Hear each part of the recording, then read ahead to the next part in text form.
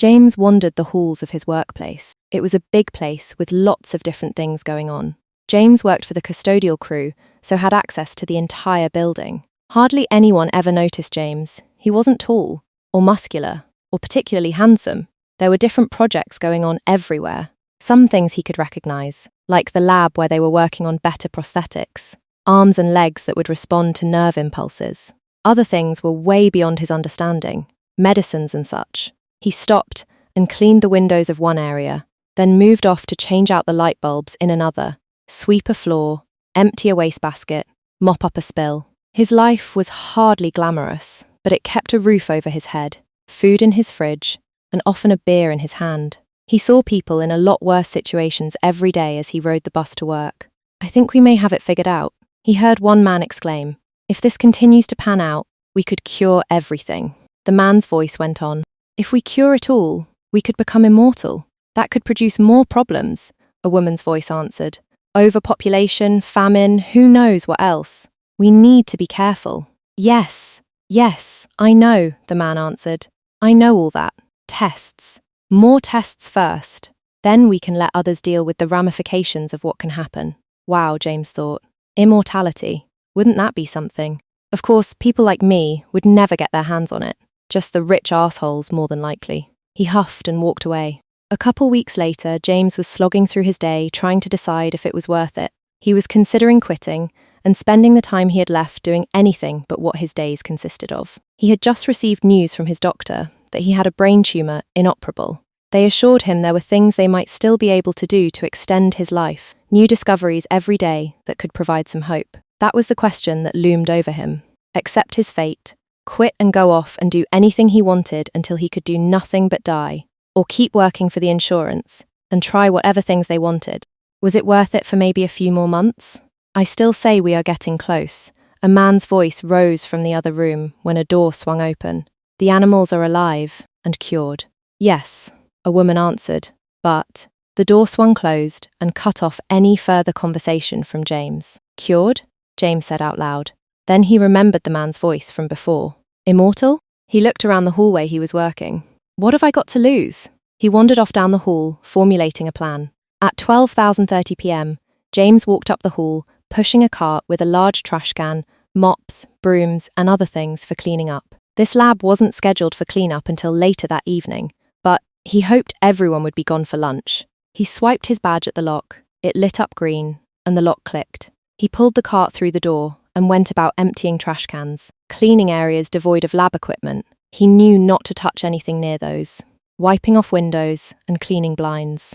There was one other person in the lab, bent over a microscope, not paying any attention to him. He saw a rack of vials labelled Group G26 inside a refrigerator as he was cleaning the glass front. The rack itself had a date of the day before. He reasoned that it must be the most current. A quick peek back at the lab tech, and he quickly pulled open the door, grabbed a vial, and closed it again. He dropped the vial in a pocket and moved to a different part of the lab, trying to look like he wasn't hurrying to leave. "Hey!" the lab tech hollered. James' heart thudded in his chest. He turned to face the voice. "Yes? Would you mind taking this?" She handed him a pile of papers that had been stacked beside her.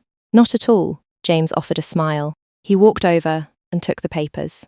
As he was walking back to the cart, the woman got up and went to the refrigerator he had stolen the sample from. He watched as she reached in and took a vial from the same rack he had.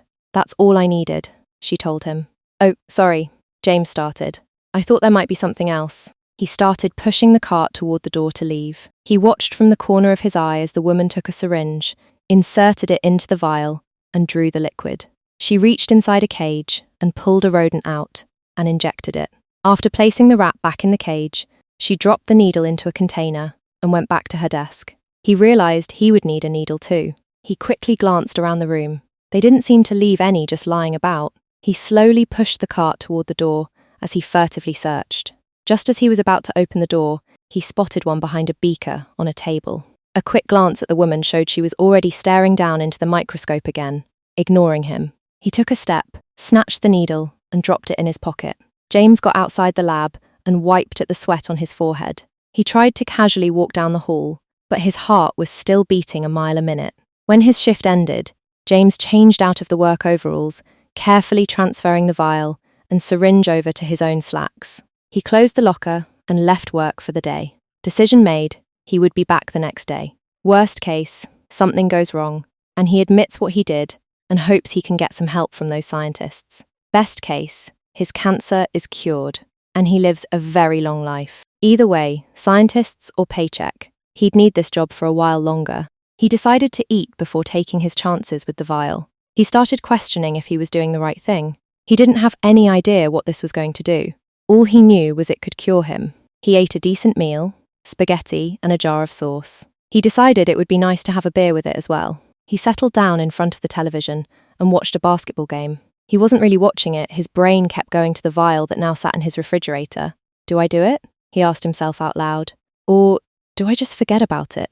Something might be discovered any day, and I could lose my chance. But they've been working on these things for years and haven't found anything that can help me. They said they needed more testing. What was going wrong? James took his plate to the sink, then turned and pulled the vial from the fridge. He flipped open the lid of the trash can and reached to throw it in, but his hand wouldn't let the vial go. He closed the lid, picked up the needle, filled it and stuck it in his arm. He winced at the stick but pressed the plunger down, pushing the liquid into his body. He pulled the needle out and tossed the empty vial and syringe into the trash. He tried to feel if there was anything, but other than the fading sore spot on his arm, nothing felt different. Guess we'll see, James sighed. No going back now? James found himself sitting in the doctor's office a couple days later. He had received a call a day after his latest scans, asking him to come in. He was torn between hope and fear. The last couple days he had felt different, something he couldn't quite put his finger on, and truth be told, he thought it was probably all in his head, imagining something happening from the medicine he stole. James. The doctor came in and sat. I've got to tell you, I have looked at these scans. He pulled some films from an envelope and started sticking them in clips on a white panel several times, and I'm just having trouble believing what I am seeing. He flipped a switch, and the panel lit up. James saw the bright circle, about the size of a ping-pong ball, on the image on the far left. Next to it was a hazy image of a skull with a spot about the size of a penny. I think you can see this pretty clearly. The doctor sat back and stared at the images. Your tumour has shrunk. I don't want to give you any false hopes, but if it continues at this rate, you could be cancer-free in a couple days, maybe a couple hours. It is incredible. I've never even heard of anything like this happening. What have you been doing different lately? Eating something special? Exercising? Sleeping more? Less? There has to be some explanation for this. James's heart was hammering in his chest. He was trying to act surprised, which he was, but also he knew he couldn't blurt out the real reason this was happening. Nothing really. I've just been going about my business as usual, hoping you'd call me with some kind of hope. The doctor shook his head. James, I want you to write down everything you've been doing, eating, whatever, since the last time you were here. I don't care how insignificant it might seem. If you ate one yellow M&M, I need to know. Would you do that for me? Sure, James nodded. I'll try. Can I do it later? Maybe tonight when I get home and send it to you? Yes, of course, the doctor answered. Take whatever time you need to be sure you get it all down. In the meantime, I'd like you to go for another scan tomorrow, maybe even a day after that. He turned back to look at the screens again. I just can't believe this. James thanked the doctor and left the office. As soon as he got outside the building, he let out a scream and laughed. Cured. He was cured, or at least getting better fast. His euphoria began to subside as he started thinking that perhaps he might need another dose of that medicine, whatever it was. Should he tell the lab people about his amazing diagnosis? Not yet, he decided quickly. He might still get into a lot of trouble. He felt great. The cancer was going away. Maybe tomorrow's scan would tell if it was still getting better, stopping, or it could be coming back. Best to wait a while longer. James sent the doctor all the things he had done, except about the stolen medicine, of course. He had woken up that morning in pain. Not in his head, but in just about all parts of his body. Not severe pain, just mostly aches like he had exercised too hard. Deciding a hot shower might help, he became even more concerned when hair seemed to be falling from his body. Not hair from his head, if anything that seemed fuller, but hair from his chest, legs, arms. He climbed out of the shower and was cleaning up when he noticed the hair from his moustache was a lot thinner and the morning growth of his beard seemed to be less, and splotchy leaving areas where no hair grew at all. Hair loss, James told his reflection. Maybe that was the issue they were still trying to fix. I can live without hair if it means I live, and not having to shave every day. Bonus. Again, his happy mood lasted only a few moments as he dressed and found his clothes were fitting differently. His shirt felt a little looser. The waist on his pants were loose too, but tighter around his hips. And his shoes felt too big. Not by a lot, but some. Hair loss and weight loss? James asked. Okay, as long as it isn't too much weight. He tried to go about his day. He worked doing all the normal things he usually did, but he kept getting distracted. Various aches and his nipples started to itch. When the day finally ended, he went home and stripped off his clothes. Hair from his chest fluttered to the floor when he removed his shirt. He shook his head as he scratched his chest. Everything will be fine, he told himself. Tomorrow, things will settle down, and everything will be fine. He crawled out of bed the next morning, and things were not fine so far as he was concerned. He stood staring at himself in the mirror. He had boobs. Small ones for sure. As if he were 50 pounds overweight. They would be about right. But there wasn't any fat anywhere else on his body. Well, maybe a little around his hips since it appeared that they were wider than before, making his waist seem smaller. And his face. It seemed different somehow. He couldn't quite put his finger on it. What is happening to me? He asked his reflection and winced. Is my voice higher? This early in the morning it is usually a lot deeper. The phone rang. He tried clearing his throat and answered. The doctor's office wanted to see him right away. He didn't want to go and tried putting them off, but they insisted that it was good news. His tumour was completely gone. The doctor just wanted to go over his list of things that he had done, to be sure he included everything, and to get a blood sample. He knew what he had left off, but wasn't about to tell them. He finally told them he would get back with them later and hung up in the middle of their protest. He walked back to the mirror and inspected his new boobs. The nipple seemed to be thicker, and they felt a bit different. That elicited a familiar response. He reached down and gripped himself, and again concern shot through his brain. He felt smaller. His fingers easily wrapped around his shaft and held it all. He grabbed his balls with his other hand and was certain they were also smaller. Oh God, he moaned. He decided to dress for work. He knew for sure he needed to avoid the doctor. Something from that medicine he injected was doing more to him than what he expected. It seemed he was no longer going to die from the tumour, but what sort of life was he going to have? Was it time to approach the scientists on the project? He pulled on a shirt, and it seemed to be a bit looser than before, which was good.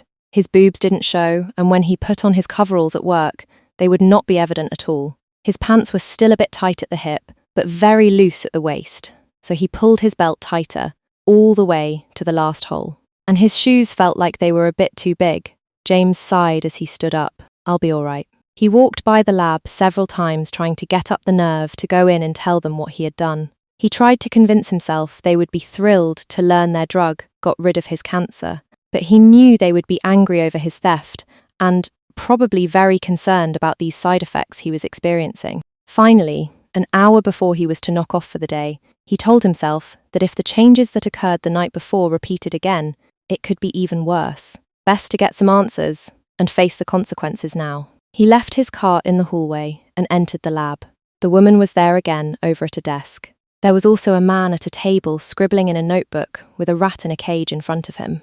He stood there for a couple moments, deciding how he would do it, then took a step toward the woman. She was attractive, long dark hair, looked to be early 30s.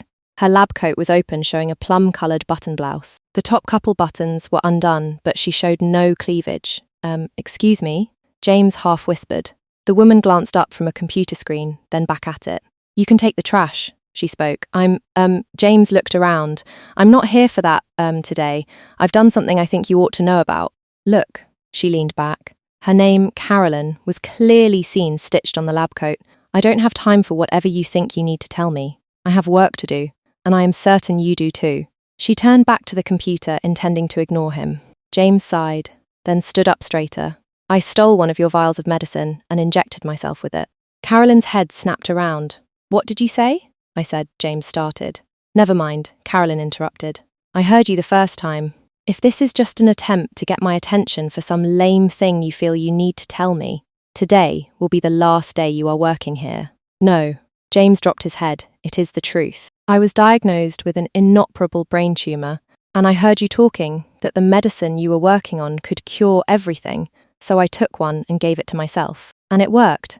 My tumour is gone, but there are some other things happening, and I think I need to talk to you about them. Abe, get over here. Carolyn cried. You are going to want to hear this. What is it? Abe answered irritably as he walked over, his white shirt and tie visible above the opening in his lab coat. You need to close the lab for cleaning or something? It can wait till later. No, Carolyn answered. What did the vial say? The one you took? Do you remember? You took a vial? Abe turned to James.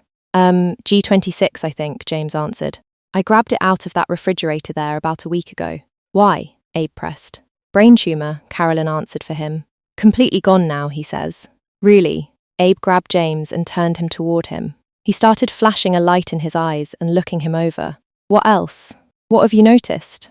Do you mind if I sit down? James asked. Oh yes, of course. Please sit, Abe answered and pulled another chair over. You must tell us everything. Abe, Carolyn started. This isn't good. We are going to have to report this. We weren't cleared for human testing. We'll sort that out later, Abe waved her off. Right now I want to hear all about. He looked at James's coveralls for the name. James's experience. James cleared his throat again and explained that he heard them talking about the drug, why he had taken it, how he took it, what his doctor said, and all the things he noticed that morning in the mirror. The scientists let him tell the whole story without interruption. Well, James, Abe started. That is a most remarkable story. I'm sorry you only heard part of that conversation. While we have high hopes for this, we haven't worked out all the issues yet. Am I still going to die? James shuddered. To be honest, Carolyn answered, we don't know. But, she glanced over at Abe, it seems you are going to be going through some, changes. It is the same thing we have seen in our other tests. James, Abe started to explain, what you injected into your body wasn't a drug. They are nanites, microscopic machines that are programmed to fix things in your body. They mend tears, broken bones, remove fat buildup in arteries, and, as we had hoped, destroy cancer cells. They return your body to its optimum working condition. The only thing they may not be able to repair in a traumatic brain injury. But there couldn't have been that many in that little vial, James shook his head. There wasn't, Carolyn answered. They are programmed to start replicating when they reach a certain temperature, and if they don't encounter another nanite in a certain period of time. You likely have several million of them in you now. They are fixing everything in you from removing your tumor to any little scratch you might have. She glanced at Abe. James, Abe picked up. There is a minor problem that we haven't been able to solve. It seems they fix XY chromosomes back to XX. If I remember biology from school, aren't women XX and men XI? James asked. Mostly yes, Carolyn answered. When pregnancy starts, everyone starts out XX, but a hormone infusion changes some to XI. So, the nanites seem to function in taking everything back to its healthiest state, including fixing the chromosomes. You are becoming female. James' eyes grew wide. No, that can't be happening. He tried to get up and tripped on the chair. Abe grabbed his arm to keep him from falling. Relax, James. Abe tried to guide him back into the chair. Relax? James shuddered. My life. I'm losing everything. Life as a woman isn't all that bad, Carolyn frowned. We can help you through it. We'd like to examine you through the process, of course, Abe told him. Can't you take them out? James begged. Deactivate them? Something? I'm afraid we haven't gotten that far, Abe explained. When working with the rats, we didn't worry about long-term effects yet. We just wanted to stop turning boy rats into girl rats.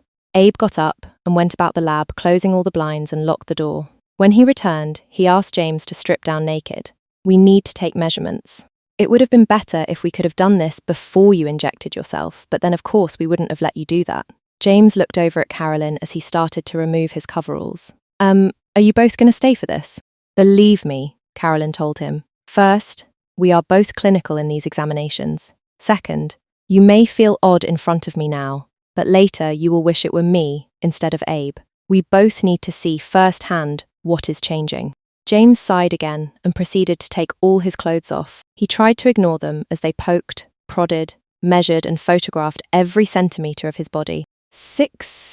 James got up the next day and looked himself over again. He shuddered as he realised his boobs had gotten slightly larger and his dick was smaller. He didn't need to shave any longer. All the hair on his face was gone, as was the hair on his upper body. Other hairs on his arms and legs were coming in much finer than before. He grabbed a new t-shirt he had bought after leaving the lab and squeezed into it. He had purposely bought one that would be small in hopes it would flatten his breasts out to the point they wouldn't be noticeable.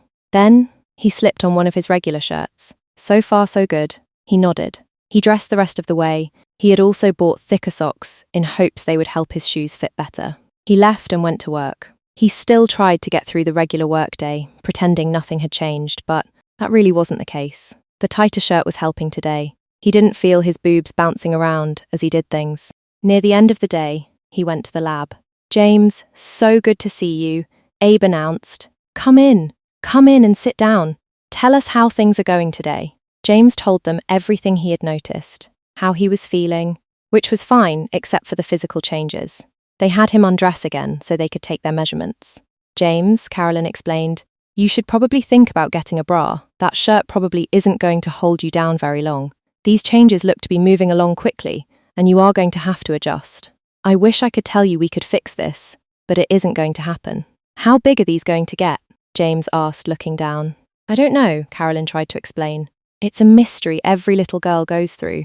Wondering when, how big. I'll tell you what, I'll get you one for tomorrow. We have the measurements. I've been trying to hide what I am going through," James explained. "I can't afford to lose this job." "Lose your job?" Abe answered. "Don't worry about that.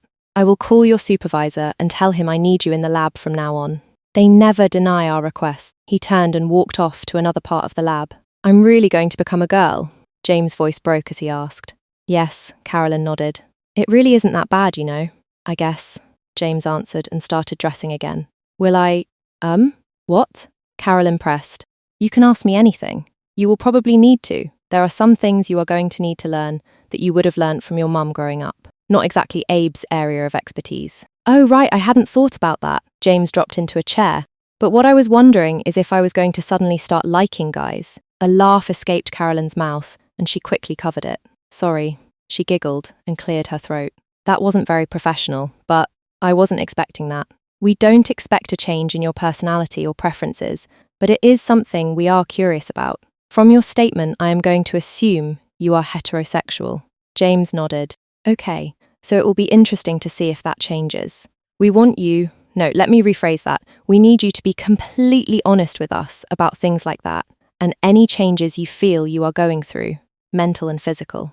"Okay," Abe returned. "Starting tomorrow morning, you are assigned as a new lab assistant here. You will report at 9 a.m.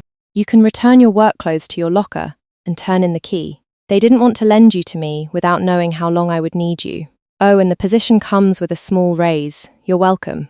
Rarely does committing the crime of theft result in such a windfall. I think I am paying for it in other ways," James explained. "Thank you." 7. James came into the lab the next morning to discover a couple of changes. There was now a curtained partition set up in one corner of the room, and behind the curtain was a table with 2 stainless steel poles at one end with attachments at the top. Also, a larger machine that looked like a camera. "Good morning, James," Abe greeted him. "We made a small change to give a little more privacy. By our measurements, we are thinking the changes externally will likely be complete in a day or 2. I suspect you've noticed more changes this morning. And we've managed to procure a portable X-ray machine. We need to see what's going on internally as well, and we don't want to have to cut you open." The scientist chuckled. James nodded, not getting the joke. "Boobs are bigger, dick smaller, balls almost gone." "Yes, as I expected," Abe nodded. "Please, go behind the curtain, get undressed and get on the table, feet in the stirrups." "Stirrups?" James looked back at the table. "Oh, I wondered." Carolyn tried to hide a grin behind her hand. "You'd have recognized it if you had been to a gynecologist before. Eventually, we will have to have you visit one, once the change is complete. I'm afraid neither of us is trained for the complete examination you will need, but that is for a later day. Today, we just need to see how far things have progressed." James did as he was told. He felt odd laying there on the table, his legs held up and spread apart. Carolyn and Abe were beginning their examination. He looked down over his still small, but evident breasts, watching them stare and poke at his crotch. "Amazing," Abe whispered. "Look here, the vagina is starting to form, and it appears his penis is becoming the clitoris," Carolyn offered. "Perhaps the X-ray will show the testicles are being transformed into the ovaries?" "Yes, I suspect so." "It makes sense." Abe moved away. "James, go ahead and dress. We should talk." James pulled his legs down and slipped off the table. He pulled on his underwear and pants. Before he picked up his shirt, Carolyn handed him a bag. "I thought I'd bring you a bra," she told him. "Nothing fancy. Just a cotton bra, but it will fit for now, and be more comfortable than trying to flatten them out. We'll talk more after you finish dressing." James opened the bag and pulled the white bra out. He sighed and went to figuring out how to put it on. He slipped it up his arms, got it placed on his boobs, and reached behind to try and fasten it. To his surprise, he was able to reach further than he expected, and got it fastened. Maybe one advantage, he murmured. What's that? Carolyn answered.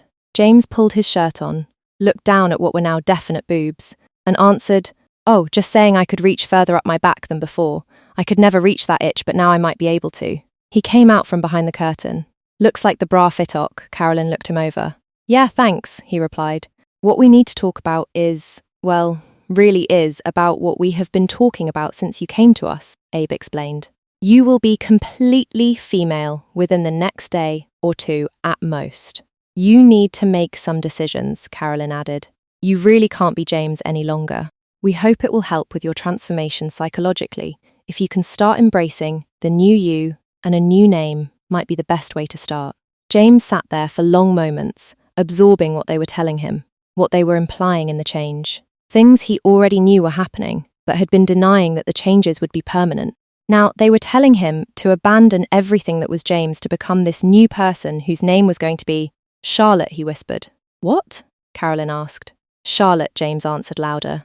It was the name of the first girl I had a crush on. She never knew, but I think that is what I'd like my name to be. Very well, Charlotte, Abe answered. Carolyn, if you would start a new file for her. Charlotte winced more at the first use of the new pronoun than at the new name. 8. Charlotte came into the lab. She was dressed in pants, shirt and tennis shoes. Charlotte. Carolyn moved closer. I know this week has been hard on you, but I think you need to embrace the changes you have been going through. You are probably getting a lot of attention dressing the way you are. You are an attractive woman now. You have an amazing figure. If you like, I could go shopping with you. Help you find the things you need. You need to accept that this isn't going to change. I'm sorry. Charlotte turned to look at her. A tear streaked down her cheek. Everything is gone. There isn't anything left of me. I know, Carolyn answered, but there is still you inside.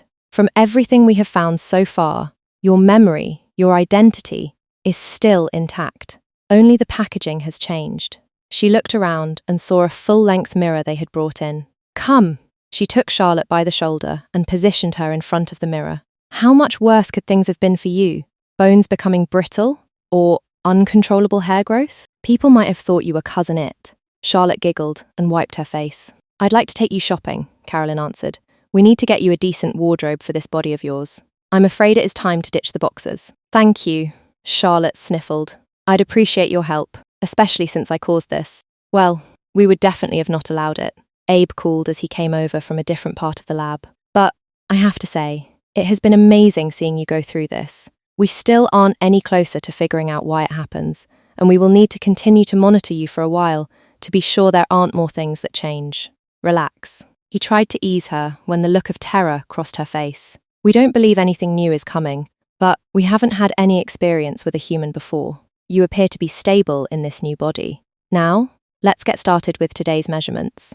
Charlotte nodded and disappeared behind the curtains. She undressed and assumed the position on the table. She was starting to feel a little embarrassed about Abe examining her, wishing it was just Carolyn. Charlotte went to the door and opened it. Carolyn stood there with a big grin. Ready? She asked. I love a good shopping trip. Yeah, I suppose so, Charlotte answered. She stepped out of the small apartment, pulled the keys from her pocket, and locked the door. She looked Carolyn over as they walked to Carolyn's car. She looked different. Her hair was always tied back in a ponytail, but today it hung loose about her shoulders, curled nicely. She wore a loose knee-length skirt, sandals, and a sleeveless blouse that she could see a hint of the lacy bra underneath. I'm not ready for that, she thought to herself. So, I only managed to get about $500 for this, Carolyn explained as they drove along. We should be able to get you enough to function on a daily basis. At least you won't stand out like you do now. We'll probably get a few looks when we get started, but as we go on, we'll get you into regular clothes. Well, regular clothes for a woman. So, are you feeling any better about your situation? I know we always ask, but I thought maybe outside the lab we could talk a bit more casually, less clinical. I don't know, Charlotte studied her hands. Maybe I am getting used to it. I just sit when I go to the bathroom now instead of trying to just unzip my pants. I've gotten a little better at not knocking my boobs around when I try and do some things. What? Carolyn pushed. You can tell me. Well, Charlotte hesitated again. Sometimes I do stand and look at myself. I don't think I've ever been in this good a shape before. That's the nanites working, Carolyn explained. They'll keep breaking down bad stuff, repairing good stuff. You won't ever need to worry about getting sick again.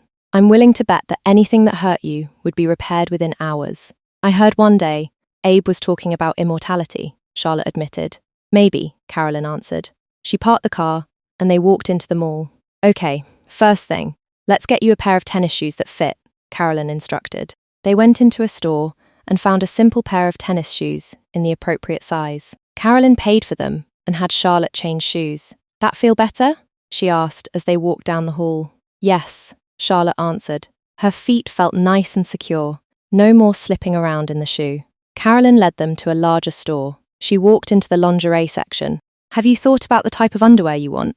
I gave you those cotton bras as your breasts developed, but it appears you've settled on a decent size C. I think you're lucky. Not too big, not too small. As time goes on, you may think so too. I think I want to stay fairly plain, Charlotte answered. I still can't imagine wearing anything like what you. Carolyn looked at her, then down at her own chest. Oh yeah, this blouse is a little see-through. Not very, but enough that you can see the lace. I'm not going to push you. You need to be comfortable, but I think if you tried something, like this. She handed Charlotte a bra with satiny cups and a lacy band. You'll find it feels pretty nice. Same with panties once we get there. Cotton is comfy, but there is just that feeling when wearing satin, silk, lace. A small smile crossed her face. Do you have someone? Charlotte asked as they looked through the lingerie. She was still having issues wrapping her head around the fact that she should be wearing these things. No, too busy most of the time with work, Carolyn huffed. You know what? I think part of the reason we aren't finding anything you like is because we are doing this backwards. You can see you are a woman, but your head is still insisting you should be doing things like a man. She held up a lacy pair of panties. I would guess as a man you would never think to wear something like this? That's what I thought, she answered, in response to Charlotte shaking her head. So far, you've only really interacted with Abe and I. Let's go do a little pampering. I know just the place. Carolyn took Charlotte by the hand and practically pulled her from the store and back to the car. A short time later, they pulled into a parking space at a strip mall, and Carolyn led them into a salon. Hi, Carolyn spoke to the girl behind the desk. My friend here needs the works. She has been through a tough time lately and needs to really feel good about herself. And while you're at it, I think I could use a little refreshing too. Got time for us? The girl behind the counter grinned.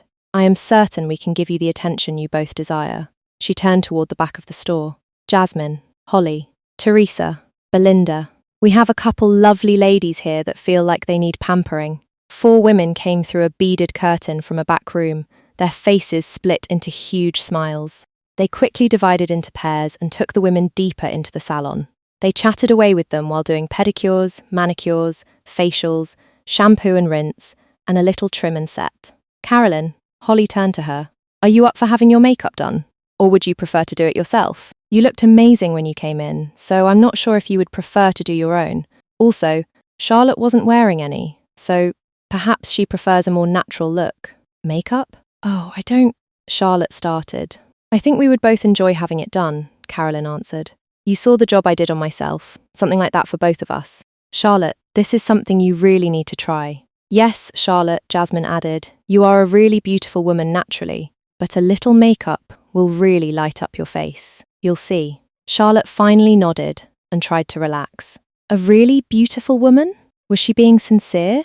She looked over at Carolyn, who was relaxing and waiting for the girls to start. She had a smile on her face. She looked so at peace. Charlotte closed her eyes, took a deep breath, and slowly let it out. She nodded for them to start. A short time later, they looked at themselves in the mirrors, while the 4 ladies stood behind them grinning at the work they had done. Thank you, so much, Carolyn praised them. You've done an amazing job, I feel like $1,000,000. Charlotte, what do you think? I'm at a loss for words, she answered while staring at her image. Thank you all. Now Carolyn turned to her. Are you ready to do some of that clothes shopping?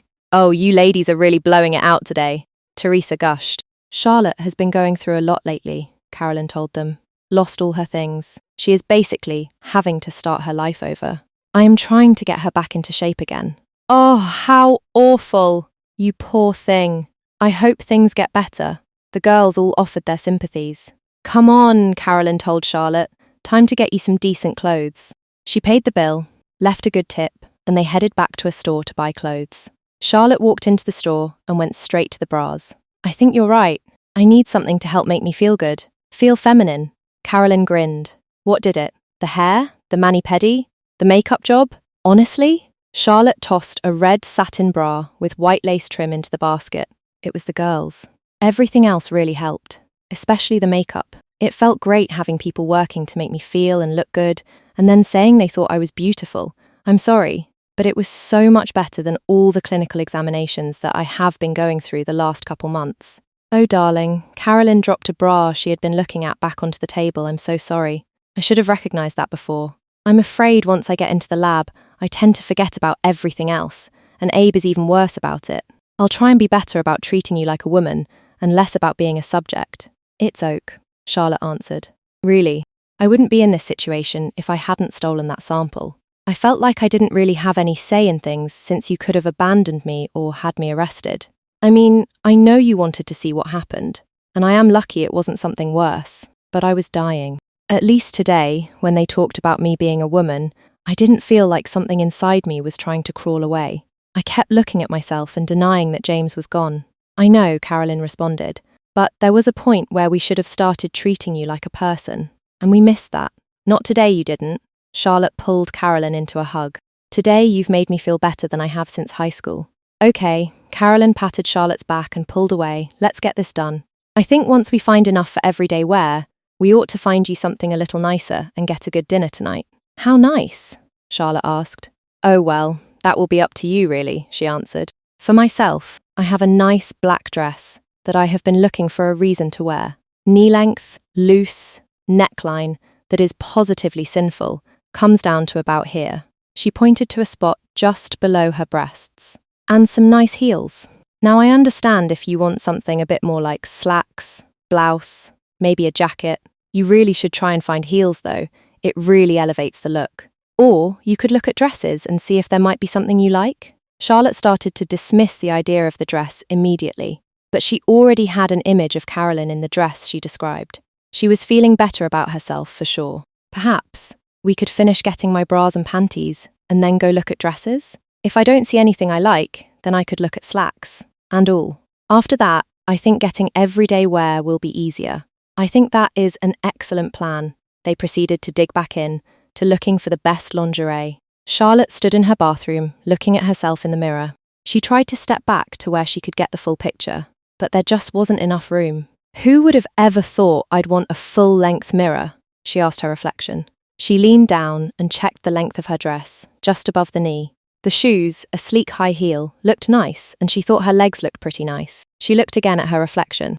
Deep blue with thin white stripe. Carolyn had insisted she pick the dress that showed off her new breasts, and seeing it in the mirror, she had to agree. She saw the dress dimple as her nipples hardened. The satin bra didn't have enough material to hide the reaction. I'm getting turned on looking at myself, she sighed. Then a smile slowly emerged. Then again, I look better than I ever have in my life. The doorbell rang. Charlotte walked carefully through the apartment and answered the door. Carolyn stood there, smiling. Wow. Charlotte gaped at her. You look absolutely amazing. Thank you, Carolyn entered. The black dress she wore fit her tight to her mid-thigh. The neckline did form a V to a spot below her breasts. The inside, clearly visible. How do you, Charlotte was flummoxed. Stay in? Keep your nipples from sticking out all the time? Do you mind me asking? Not at all, Carolyn grinned. She pulled the front of the dress open, exposing her left breast and the stick-on bra cup. If you had gone to a school prom in a strapless dress, you would have known about these. She pulled her dress back into place. You look great. The dress was perfect for you. How do you feel? Well, I feel good, Charlotte started. I couldn't get a full look at myself because I don't have a mirror where I can see everything at once. But you liked what you saw, Carloyne grinned. Nipples don't lie. Charlotte sighed and tried to cross her arms over her breasts. Don't worry about it. Everyone has them. Ours are just a bit more prominent. Guys have issues hiding their hard-ons, though they don't really seem to try. Especially late at the bars, Carolyn shook her head. If you don't mind, I'd like to fix your makeup. For going out at night, we need a bit more. Can you see the difference in mine from when you last saw me and now? Oh yeah, wow, Charlotte answered. Come on, I brought some things. Carolyn led her back toward the bathroom. I know you don't have things yet. An hour later, the two women walked into the restaurant. Looks like it will be a little while before our table is ready. Let's head to the bar and have a drink while we wait, Carolyn told her. They approached the bar, and Carolyn whispered, be sure to pull your dress under you when sit. You don't want it getting hung up on something. Charlotte nodded as a feeling of dread came over her. An image of sitting there, dress pulled up, panties on display to all. She watched as Carolyn took her seat, running her hand along her leg, though her dress was too tight to get caught on anything. Charlotte mimicked the movements and rechecked everything after having a seat. Oh good, Carolyn stated, reaching under the bar. They have purse hangers. Beats having to keep it on the bar. Hanging them on the chair is just asking for someone to steal it, or something out of it. Don't you agree? Absolutely, Charlotte answered and reached under the bar. She located a hook and hung her purse on it. They ordered a couple drinks and talked. It was crowded, so they kept their conversation to things about the day, rather than how Charlotte was feeling about truly going out for the first time as a woman. Hi. A man stepped up beside Charlotte. Are you ladies here for dinner? My friend and I are going to be getting a table and thought you might like to join us. Oh, we are just doing a girls' night tonight, Carolyn told him. We want to talk about things and don't want to try and entertain anyone. But thank you for asking. Enjoy your dinner. He looked at them for a minute, but could tell from the look he was getting that it wasn't going to happen. He walked away. Does that happen to you a lot? Charlotte asked. I don't come out that often, Carolyn answered and took a sip of her drink. And I think that had as much to do with you as me. Have you looked at the front of your dress? Charlotte grinned. Carolyn laughed. Okay, maybe this was a bit too low for tonight, but I just don't get to go out like this that often. Ladies, the hostess addressed them. Your table is ready if you are. Yes, thank you, Carolyn answered. You go to the table. I'll take care of paying the tab. If you like, we can have it brought to your table, the hostess answered. Oh, great. That would be a lot more convenient. He looks really busy back there, Carolyn answered. They grabbed their purses and followed the girl to the table. Ali, the hostess, called to the other girl manning the station. These ladies left a tab at the bar. I'm taking them to table 31. Could you see to it, please? Sure, Jessie, Ali responded, and left for the bar. You ladies have a wonderful dinner. Diane will be taking care of you tonight. She will be along in just a minute, Jessie told them as they were seated at a small booth toward the back of the restaurant. She walked away. A short time later, the other hostess delivered the bar tab. I can take that back when you are ready, no rush. Thank you, and I need to ask, Carolyn picked up the booklet. Is the other girl, Jessie, your sister? You two definitely look like you could be. You're both quite pretty. Thank you, Ali answered. I'll tell her. And yes, I am her big sister. She turned and walked away. Okay, so those men back in the bar. Charlotte started back on the previous conversation. Would you have wanted to have dinner with them? Maybe another time I might have, Carolyn answered. I am so tied up in my job that I don't get out much to begin with, and I dress up like this even less often. I can't remember the last time I accepted a drink from some guy. I think I was in college the last time I slept with a guy. Sounds a lot like my life, Charlotte answered. Except I never went to college and was in high school when I had sex with a girl. Why? Carolyn turned. I mean, I didn't pay a lot of attention to you when you were cleaning up, and that is because I focus on my work. But when you came in that first day, I thought you looked ok. It's ok, Charlotte answered. I know I wasn't that great to look at, and my life wasn't anything all that special. I was a janitor who got a promotion to lab rat. Those guys in the bar, I could tell they had some money. They weren't just dressed well, it was the way he talked. It was like he expected us to be impressed. He was confident. That was something I never had. First, there is no shame in being a janitor. Carolyn took Charlotte's hand. It is an honourable profession that needs to be done. Second, you are not a lab rat. You were desperate. You did something you shouldn't have done, but you got lucky. And so did we. And, well, so did I. I think I found a great new friend. And once we finish sorting everything out, I hope we continue to do things together. And I think I can help train you to be a very good lab assistant, if you would be interested in doing that.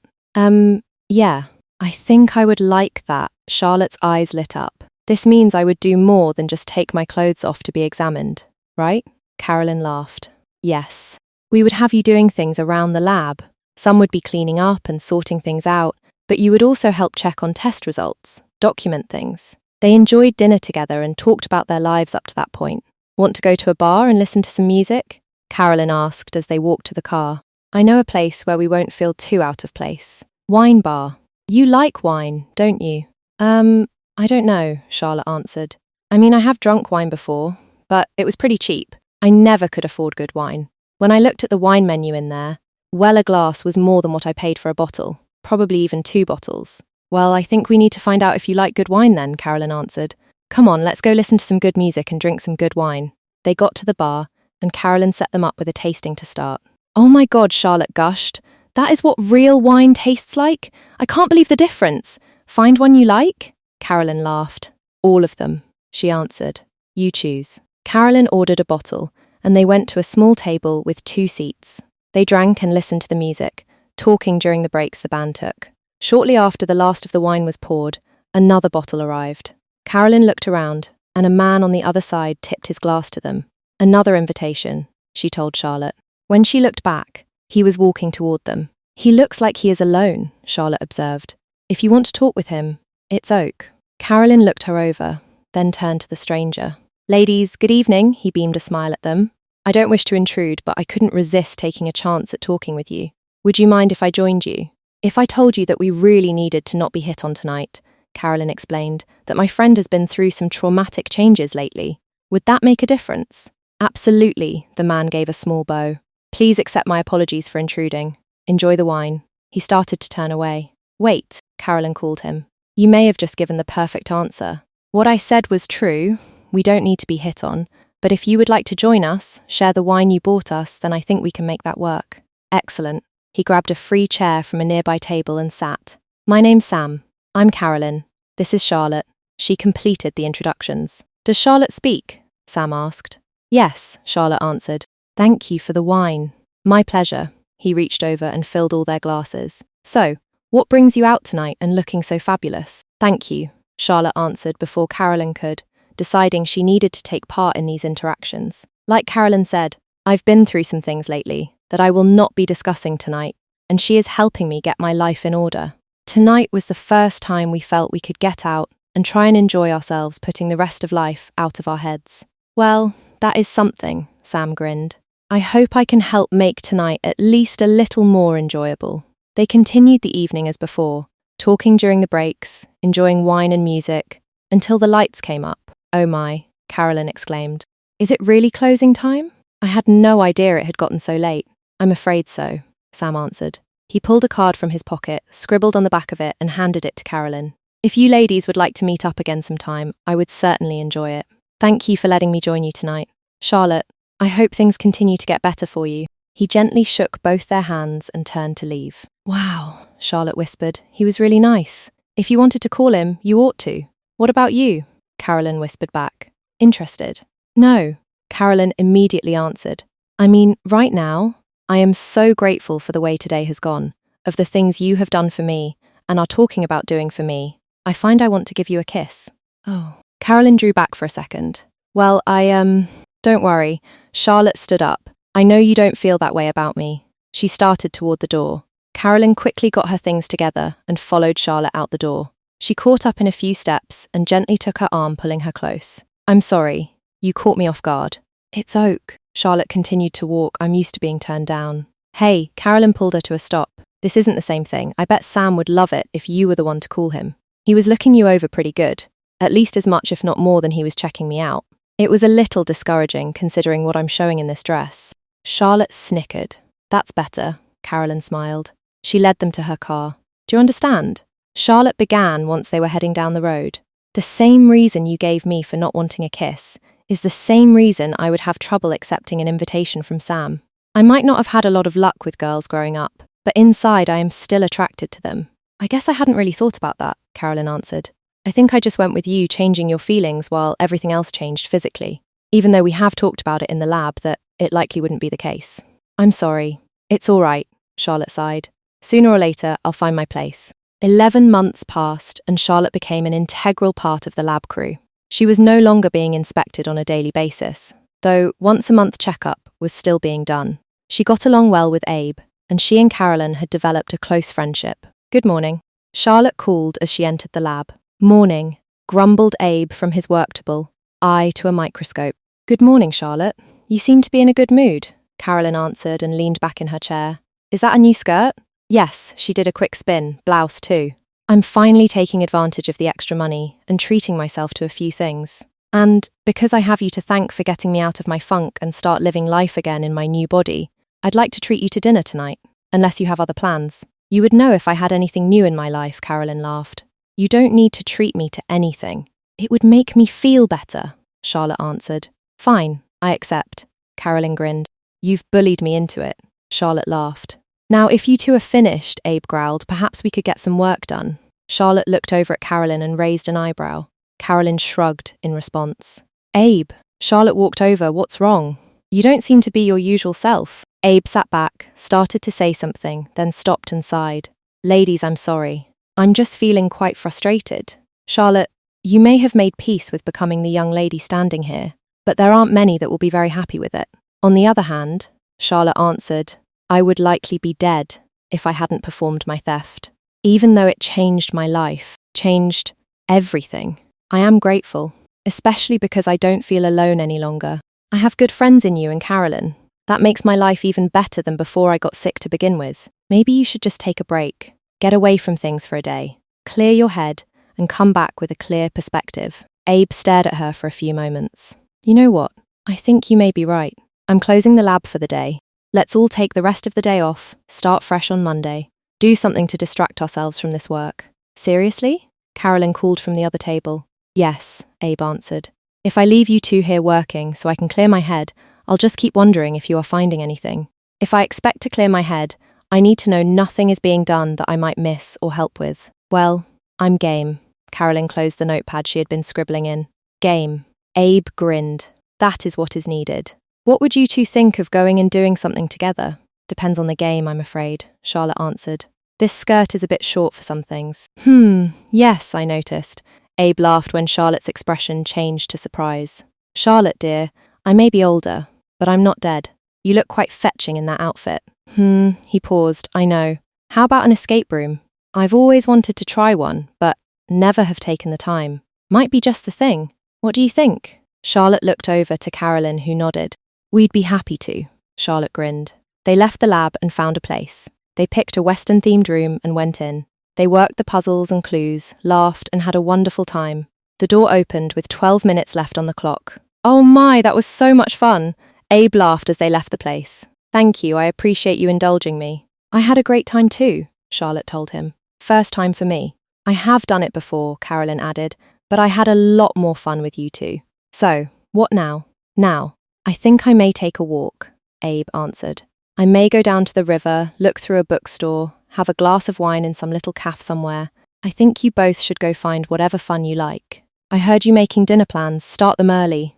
Oh, Abe, I didn't mean to leave you out. Charlotte laid a hand on his arm. If you would like to join us, you are very welcome to. Thank you, dear, he patted the hand on his arm. But I think not. I would like some time to myself, and I don't wish to intrude on your time. Seriously, I like the plan I have made for myself. You go have fun. I'll see you both Monday morning, bright and early. He turned and walked away, offering a little wave as he went. I hope I didn't hurt his feelings, Charlotte sighed. I think you made his day. Carolyn wrapped an arm through Charlotte's. I don't think I've seen him this happy in a long time. And I know he enjoys his solitude out of the lab. Come on, let's drop off one of the cars and just take one. What do you want to do before dinner? How about a little lunch? Charlotte answered, starting to stroll toward where the cars were parked, clutching Carolyn's arm. Perhaps a movie? Or maybe just some window shopping? They stopped for a couple salads for lunch, wandered around, driving to different places, taking a walk in a park, walking through a mall, chatting away like lifelong friends. Charlotte treated them to dinner at a fine Italian restaurant. Charlotte, Carolyn spoke as they left the restaurant, I think it might be nice to go somewhere for some dancing. You up for it? Okay, sure. She grinned. Maybe run into Sam again. Oh, have you been thinking about him? Me? Charlotte laughed. No, but I was thinking maybe you might have been. Oh, well, I do still have his card in my purse, Carolyn admitted. She thought for a minute as they walked toward the car. How would you feel about going back to my place so I can change clothes? And maybe I can give Sam a call to see if he is busy and available to join us. I think that would be a great idea. Charlotte wrapped her arm through one of Carolyn's. An hour later, Carolyn and Charlotte walked up to Sam outside the club Carolyn had chosen. Hey, he called as they approached. First of all, you two look amazing. Secondly, I am very happy to have received your call. But lastly, I am very confused. If you two are an item, you could have just told me. Carolyn laughed and hooked an arm through one of Sam's. No, we are not an item. I invited you because I found you very entertaining, respectful, and quite attractive. Charlotte, as we told you before, has been going through a lot of things lately, and I thought she might want to experience a place like this. Charlotte looked around at the crowd, milling about the outside of the club. She watched as several women entered the doors when she realised. "This is a lesbian bar?" she whispered. "Yes," Carolyn answered. "And that doesn't mean you are committed to anything, but perhaps it will help you decide a bit more about your sexuality. You can sit and watch, you can get up and dance, you can ask someone to dance. Just try and have fun." "Okay." Sam stood a little straighter. "I'm game if you ladies are. I'm glad I have a date. I could get really frustrated in a place like this." Carolyn playfully slapped at his arm. "At least here I don't need to worry about someone stealing my date." Sam removed his arm from hers and slipped it around her waist. "We could be anywhere, and you wouldn't need to worry about that with me. I do want to learn more about you tonight, but so far, I am hoping this is not our last date." Charlotte could swear she saw a sparkle in Carolyn's eye and definitely noticed a grin and a little blush. She followed them inside. Sam paid the cover charge for all three of them and paid for the drinks the entire night, that is, except for the drinks that occasionally showed up for the ladies already paid for. At first, Charlotte tried to stay unnoticed, but as the evening went on, and as the drinks piled up, she began to relax and enjoy watching the dance floor full of women. And, surprisingly to her, 3 or 4 men. A tall brunette in a short dress approached the table, 2 drinks in hand. "Bartender says, 'This is what you are drinking.'" She placed one of the drinks in front of Charlotte. "Would you come dance with me?" Sam and Carolyn huddled together watching the interaction, waiting to see what Charlotte would do. They watched as she slipped off the stool, straightened her skirt, and accepted her hand as they went to the dance floor. This was a totally new experience for Charlotte. It was the first time in any part of her life that anyone had taken any kind of interest in her, or James. She was laughing and ogling the woman in front of her. The music was too loud for any kind of conversation. They gyrated and rubbed against each other as they danced, and as crowded as the floor was, Charlotte slid against other bodies that surrounded them. The music changed. A slower song came on, and about a third of the dancers left the floor. Charlotte hesitated, not sure of whether she should go back to the table or stay put. She met the eyes of the other woman, who seemed to be trying to decide the same thing. The song played a few bars more, and Charlotte took a shuffle step toward her. The woman smiled and reached out and pulled her close. They began swaying to the music. "I'm glad you wanted to keep dancing," the woman whispered against Charlotte's neck. "My name's Tina, and this is my first time in a place like this. I saw you with that other couple, and thought maybe it was yours too." "I'm Charlotte," she replied, "and you're very intuitive. You are right about everything. I was so nervous when you came to the table. I couldn't believe a woman as gorgeous as you would want to dance with me. Are you serious?" Tina pulled back a little. "I had to have 2 drinks and 2 tequila shots to get up the nerve to approach you. I think you are the most beautiful woman in here." Charlotte stopped dancing, stared at the woman in her arms, and then leaned forward and kissed her. She was relieved to feel the woman tighten her embrace and respond to the kiss. The rest of the club disappeared for several long seconds, as Tina was the only thing in her world. The kiss ended, and Charlotte's knees weakened for a second. "I need to sit down. Would you like to come back to our table with me?" "Yeah," Tina answered and took Charlotte's hand. "I'd like that." "Carolyn, Sam," Charlotte spoke as they reached the table. "This is Tina." "Nice meeting you both," Tina answered as she pulled another stool close to Charlotte's. "Very nice to meet you," Carolyn answered. They talked when the music allowed, danced a bit. Both couples took moments of affection. When the lights finally came up, they made their way out of the club with the rest of the crowd. "Would you, Tina began and stopped. "Like your number?" Charlotte helpfully finished. "Yes, absolutely." "Well, actually, that would be great," Tina answered, "but I would really like you to come home with me." "Oh, Charlotte stuttered. "Oh, that's okay." Tina quickly stepped back. "I understand. That was quick. I just, was so taken by you. Perhaps another time." She started to turn away. "Wait," Charlotte reached out and took Tina's arm, turning her back to face her. "I can't explain this, but I'm not sure of myself right now." She wrapped her arms around Tina and gave her another long kiss, which Tina immediately returned. "You aren't sure of yourself?" Tina gasped as the kiss ended. "Charlotte, I just got out of an abusive marriage. I made a pass at my best friend who is trying to get her head around the fact that I kissed her. That kiss has been in my head for the last 4 months because I liked it so much that I decided to come here tonight and see if it was because of my close relationship with her, or because, maybe, I might like women more than men right now. Maybe that is putting a lot off on you for a first meeting, but I wanted you to know that I am not sure of myself at all either. Charlotte pulled Tina into a tight embrace and just held her. Her mind swirled with thoughts of all that she had been going through, all she was going through. What could she do? What should she do? She linked hands with Tina and turned to face Sam and Carolyn. Carolyn, she started, I think I'd like to go with Tina, if you don't mind. Tina, she looked back. I would like to go with you, but I don't know if I am going to want to do more than talk. Is that okay? Do you still want me to come with you? Tina squeezed Charlotte's hand. If that is all we do tonight, then I am oak with that. I would love to get to know you better. I just feel like I need to be with you tonight. Carolyn nodded. You have my number. If you need me to come get you, I can. I know, thank you, Charlotte smiled. Sam, thank you for coming out and for everything. My pleasure, Sam grinned. I hope to see you again soon. Both of you if it works out. The two girls turned and walked away. 12. The girls talked all night. The sun was coming up when they finally decided it was time to go to bed. Now Charlotte rolled onto her back, Tina's smooth thigh near her head. Oh my God, Charlotte moaned. I'll second that, Tina sighed. Why don't you turn around and bring that beautiful face up here where I can see you? Charlotte rearranged herself so she was facing Tina once again. Do you mind sleeping naked? Tina asked. I can get us a couple nightgowns if you like, but I like looking at you like this. Either way, I just want you to be comfortable. I hope you don't want to go yet. I'm fine. Charlotte smiled and caressed Tina's cheek. I'll let you take me home later. I think we could both use a little sleep before we do anything else. That sounds good to me. Tina gave Charlotte a quick kiss, turned away, and pressed her body back into Charlotte's. If I had known how good this could be, I don't think I'd have ever given my ex-husband the time of day. I hope you aren't too freaked out. I'm usually not this needy. No, you are fine, Charlotte answered softly and gave Tina a squeeze and a kiss on her neck. It took no time before both drifted off to sleep. Charlotte walking into the lab Monday. Good morning, everyone, she cheerfully called out. Hi, Carolyn answered. I wanted to call and check on you, but I didn't want you to think I was checking up on you. Sounds like you had a really nice weekend. It was marvellous. Charlotte grabbed a chair and sat, sweeping her skirt under her. Much better than anything James ever did. To think I was so depressed thinking about losing my penis, and then to find out just how great sex can be. So I am guessing you did more than talk, Carolyn grinned. Oh, we talked, Charlotte answered. The sun was up before we finished talking that first night.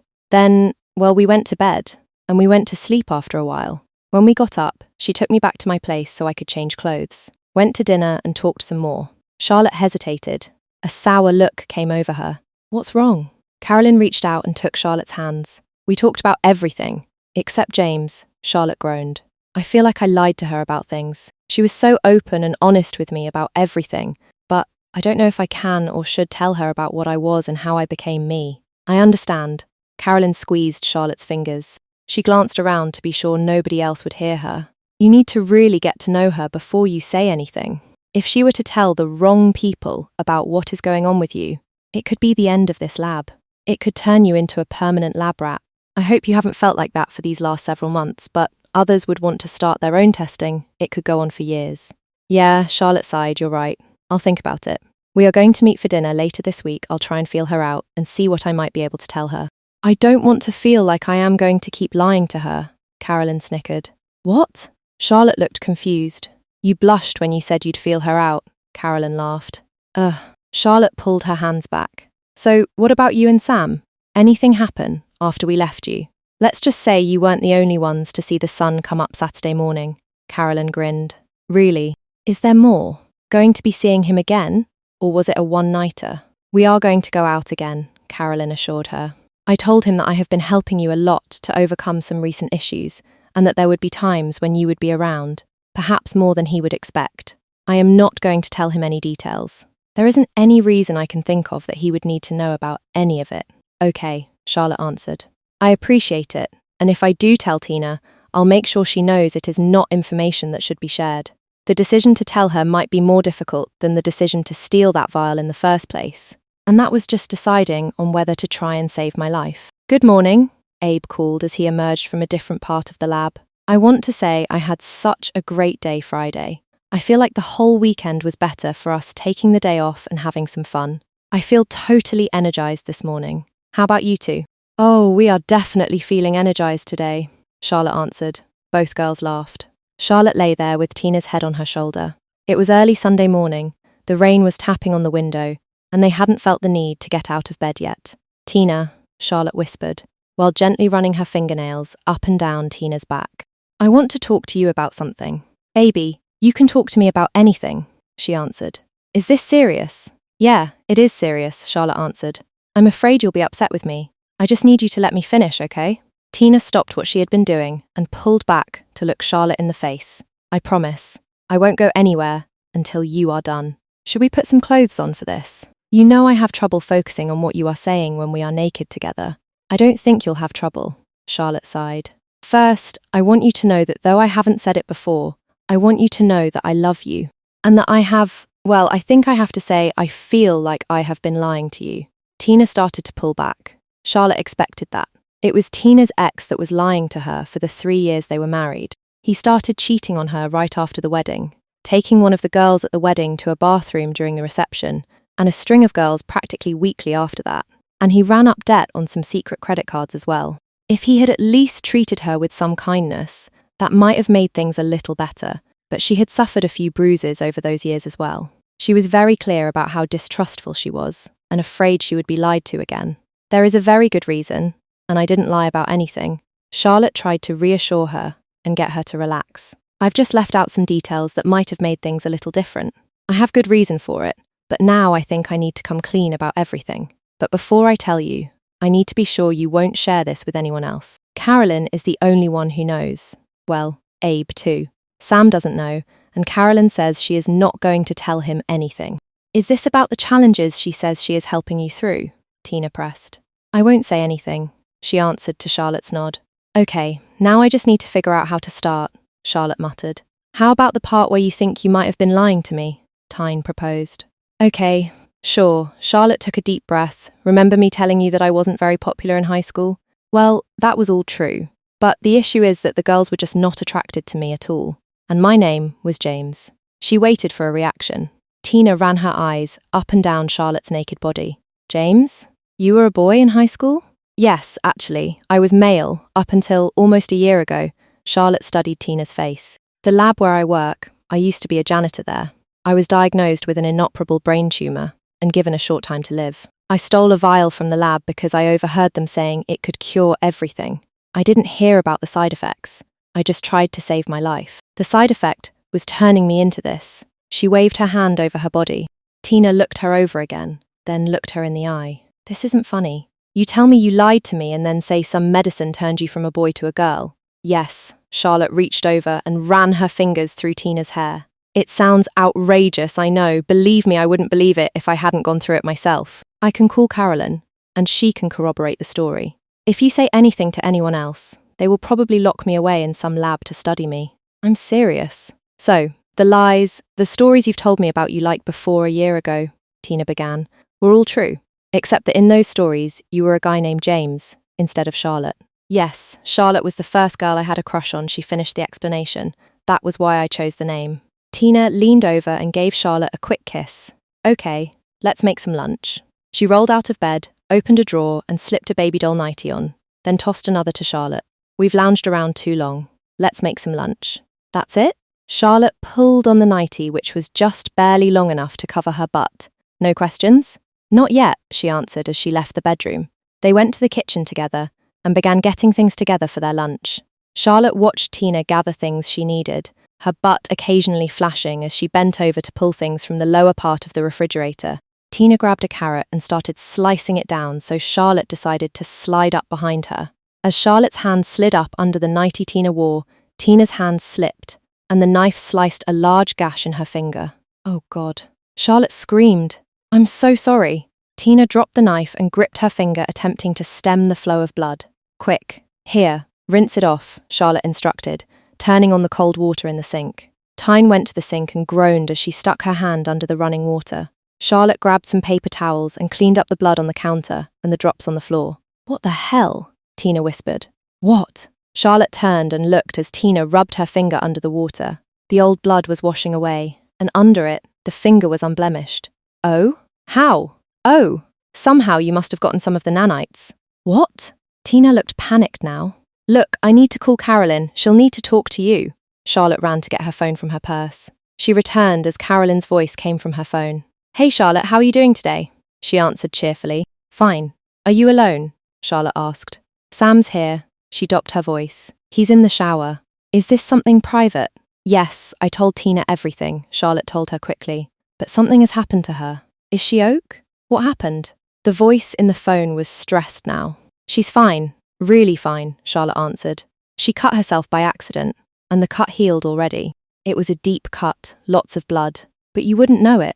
Silence on the other end for a long moment. Is she there? Yeah, I'm right here, Tina answered. Everything she told me? It's true? I expect she told you everything. She was struggling with not telling you, Tina explained. Listen, the shower just went off. Tina, could you come to the lab Monday morning? Yeah, I guess so. She was still studying her uncut finger. I'll call in sick. Great. I'll see you then. You'll be fine. Trust me. Hey, honey. The line went dead.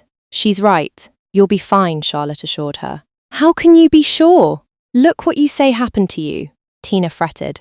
Carolyn will explain it all. Charlotte held Tina's shoulders, but they only saw issues with male mice becoming female. Female mice had no problems. 15 Tina watched as Carolyn drew a vial of blood, then smeared it on a slide and stuck it under a large microscope. Carolyn turned on a monitor, and they watched as small objects moved across the screen. Okay, that confirms it.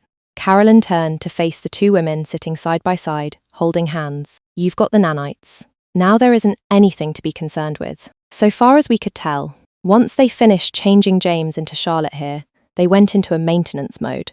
The numbers have remained constant. They fix anything that goes wrong in her body. Now they will do the same for you. What we need to figure out is how they got from Charlotte to you. Well, I haven't cut myself to where she would have been in contact with any blood, Charlotte answered. Even on my period, we haven't done anything. Tina looked over. I've gotten very used to talking to Carolyn about everything, Charlotte affirmed. Had to be open about it all because of what I was going through. So, it had to be transferred either through saliva or vaginal fluid. Tina's face flushed. It's OK, Carolyn tried to assure her. At least we are getting this done before Abe is in. I don't imagine you want to be talking about this with him. Tina shook her head. Samples, Carolyn looked at Charlotte, who nodded. They went back to the little area with the table and stirrups. Charlotte reached under her skirt and removed her panties, laid back on the bed, pulled her skirt up and put her feet up. She reached over to Tina, who took her hand. Carolyn donned some gloves and collected a sample, then swabbed the inside of Charlotte's mouth. Charlotte got off the table and dressed again. Back at the microscope they watched as the same objects floated around the screen in both samples. I'll be damned, Carolyn sighed. I'm sorry. This isn't anything we even thought about. She flipped a switch, and all 3 samples came up on the screen, each showing the objects. But they were slowing down as the samples cooled. Looking at counts, Abe came up behind them. Who's this? Abe. This is Tina, Charlotte introduced them. I'm her girlfriend, Tina added. Charlotte felt a warmth spread through her. For the first time since telling Tina her story, she felt sure they were going to stay together. Abe, Carolyn broke in. These samples, this one is Charlotte's oral, Charlotte's vaginal, and Tina's blood. Yes, what? Abe's eyes widened. Tina's blood? Yes, Charlotte answered. Saturday morning, she accidentally cut herself, and the cut healed in just a couple seconds. We called Carolyn immediately and decided to come in. Apparently, I gave her some of my nanites. My, Abe paced, stroking his chin as he thought. I guess it is a good thing you maintained your sexual preferences when the transition occurred. If you had been with a man, you would be sending him into the same transition you have gone through. Well, what about me? Tina pressed. Charlotte says I'll be all right, but are you sure? Everything we have seen in our tests, and we've been working on them for many years, females have had remarkable results. Males did amazing as well, except they became female, Abe shrugged, then continued. You should be fine. Actually, better than fine as you have seen. It will be interesting to watch you over the next many years to see how much you change as you age, if you age. You two could live for a very long time. 16. Abe grabbed his cane and struggled to his feet. He slowly worked his way across the lab to greet his guests. Charlotte, Tina. He reached out with his hand, which shook slightly. I do so look forward to these visits. So do we, Abe. Charlotte took his hand and squeezed it lovingly. It is wonderful to see you, Tina added. Carolyn will be in shortly. He found a chair and slowly sank into it. How have you been? Any changes that you have noticed? Any problems? I'm afraid even changing to do these meetings once a year still didn't bring any new problems, Charlotte answered. We move about every 5 to 10 years to keep questions from arising. Stay off social media. That is one positive note, Tina laughed. I thought I would miss it, but I actually enjoy not being on it. Well, my dear girls, Abe nodded. This will be the last time I will be meeting you. Next week, I am retiring. This lab is going to be shut down. We never did find a way to fix the issue. We are destroying everything.